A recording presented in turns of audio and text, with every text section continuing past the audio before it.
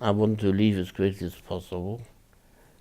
And there was only three of us. We left in June 1939, and we changed trains in Hanover, and we joined the transport which came from Berlin, which was a whole carriage full of children. Mm-hmm. My father was in Poland. My father was in Poland.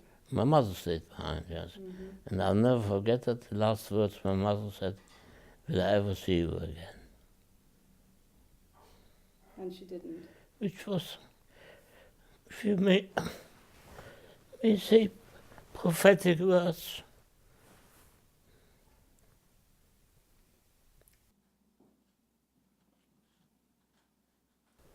It took me 30 years, from 1947 to 1977, to get all their story together, what happened to them.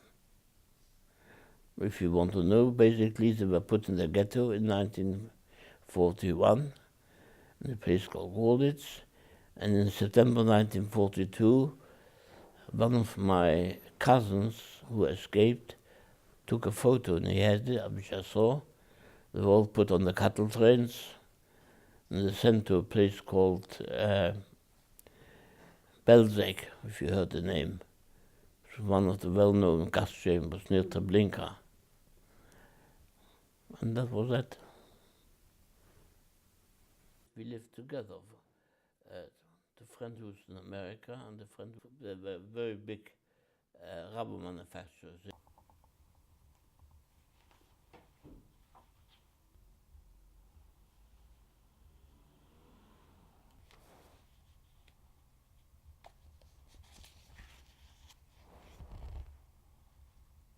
My parents had tried to get out of Germany for many years, but it's very difficult to get into anywhere.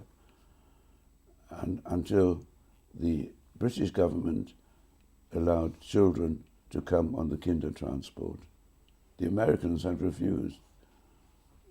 Britain was the only country to do so.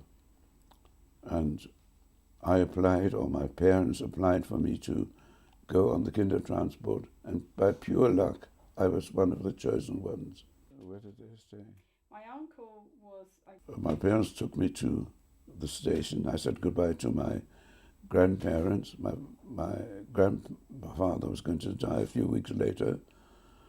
My grandmother was also the last time I saw her, because due to the American system of letting people in, she had to wait until 1951 to get to America, and she never made it.